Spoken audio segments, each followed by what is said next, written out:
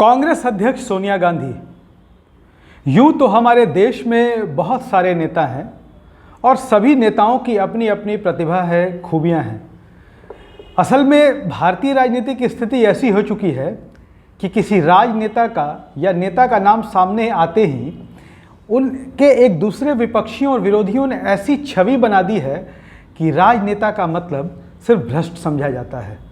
लेकिन भारत जैसे देश में सोनिया गांधी जैसी भी नेता हैं जो बहुत सारे लोगों के लिए प्रेरणा का केंद्र है और बहुत लोगों को सोनिया गांधी से बहुत कुछ सीखना भी चाहिए। क्यों, इसके बारे में बताएंगे आज आपको हम। प्रेस जागरण में आपका स्वागत है, मैं हूं सिमरनजीत। आपने लगातार ऐसी घटनाएं सुनी होंगी, बातें सुनी होंगी जिसमें नेताओं से जब बंगले खाली कराए जाते हैं तो वो विवाद की जड़ बन जाता है। जो नेता चुनाव हार जाते हैं या किसी सरकारी बंगले में रहने की योग्यता खो देते हैं, जब कोई भी सरकार उनसे बंगला खाली कराने जाती है तो लगातार उस पर सवाल खड़े किए जाते हैं, विवाद पैदा किए जाते हैं, प्रश्न चिन्ह लगाया जाता है। लेकिन कांग्रेस अध्यक्ष सोनिया गांधी ने मात्र एक सरकारी नोटिस पर वर्षों पुराने सरकारी बंगले को खाली करने का फैसला कर लिया है। यह देश की राजनीति में नजीर है और देश के तमाम उन राजनेताओं को सोनिया गांधी के इस फैसले से सबक लेना चाहिए, क्योंकि यह मानना चाहिए कि जो सरकारी बंगले होते हैं देश की राजधानियों में, उन पर जनता का अधिकार होता है। वो जनता के टैक्स के पैसे से बने होते हैं और उस पर किसी का कोई स्थायी हक नहीं होता है। जो आज है वो कल नहीं रहेगा, जो कल नहीं था वो आज है। लेकिन अभी आपने हाल फिलहाल में ही कई ऐसी घटनाएं देखी होंगी। चिराग पासवान आपके सामने हैं, उनके पिता स्वर्गीय रामविलास पासवान की मृत्यु हो गई। वो केंद्रीय मंत्री थे, उनको 12 जनपद दिल्ली में बंगला अलॉट था, लेकिन उनकी मृत्यु के बाद नियम के तहत वो बंगला खाली करा लिया जाना था। लेकिन जिस तरीके से विवाद हुआ, उसे स्मारक का नाम देकर इस पर राजनीति करने की शुरुआत हुई, इससे राजनेताओं को बचना चाहिए। हम आपको बता दें कि कांग्रेस अध्यक्ष सोनिया गांधी ने यह फैसला लिया है कि चूंकि कांग्रेस देश की पुरानी पार्टी थी, राष्ट्रीय पार्टी है, तो ऐसे में कांग्रेस का दफ्तर चलाने के लिए अलग अलग संगठनों के लिए 4 सरकारी बंगले स्वीकृत थे। लेकिन भारत सरकार ने कांग्रेस को नए कार्यालय के लिए दीनदयाल उपाध्याय मार्ग पर बड़ी जमीन दे दी है। ऐसे में कांग्रेस को किसी भी हालत में 3 साल के भीतर अपने सरकारी कार्यालयों को खाली करना था। सोनिया गांधी ने फैसला लिया कि हम इन कार्यालयों को खाली करेंगे।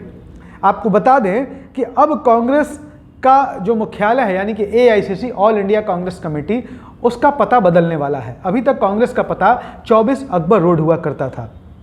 हम आपको बता दें कि कांग्रेस का ही एक और फ्रंटल ऑर्गेनाइजेशन है कांग्रेस सेवा दल।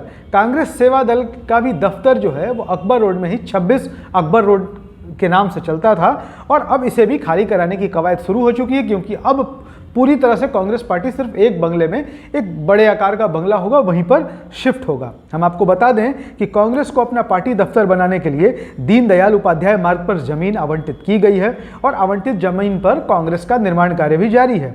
लेकिन संपत्ति निदेशालय की ओर से नोटिस जारी हुई तो सोनिया गांधी ने वो सबसे पहली नेता रही जिन्होंने यह फैसला लिया कि हम सरकारी दफ्तर को, जो सरकारी जमीन पर बनी है, उसको खाली करेंगे। यहां तक कि यह भी कहा गया है कि कांग्रेस 15 अप्रैल तक चाणक्यपुरी इलाके में मौजूद एक फ्लैट को भी खाली कर देगी। वहीं जो अभी 26 अकबर रोड में कांग्रेस सेवा दल का दफ्तर है, उसे रायसीना रोड स्थित यूथ कांग्रेस और NSUI के दफ्तर में ट्रांसफर किया जाएगा।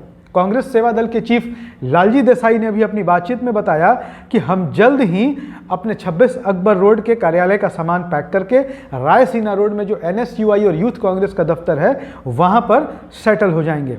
वहीं कांग्रेस के दूसरे पदाधिकारियों का भी कहना है कि चूंकि कांग्रेस एक राष्ट्रीय पार्टी रही है, इसके चलते सरकार की तरफ से 4 बंगले आवंटित थे, तो इन चारों बंगलों में अलग अलग तरीके से संगठन का काम करने में परेशानी होती थी। ऐसे में दीनदयाल उपाध्याय मार्ग पर एक बड़ी जमीन कांग्रेस को दे दी गई है। अब किसी भी तो ऐसी स्थिति में उन्हें यह बंगला खाली करना ही था, लेकिन सोनिया गांधी ने, कांग्रेस अध्यक्ष सोनिया गांधी ने बिना किसी विवाद, बिना किसी हील हुज्जत के एक बार में ही यह फैसला ले लिया कि हम सरकार की नोटिस का, सरकार के आदेश का पूरा पालन करेंगे और अपने कांग्रेस के तमाम जो सरकारी बंगले हैं जिनमें कार्यालय चलते हैं, हम उन्हें खाली कर देंगे।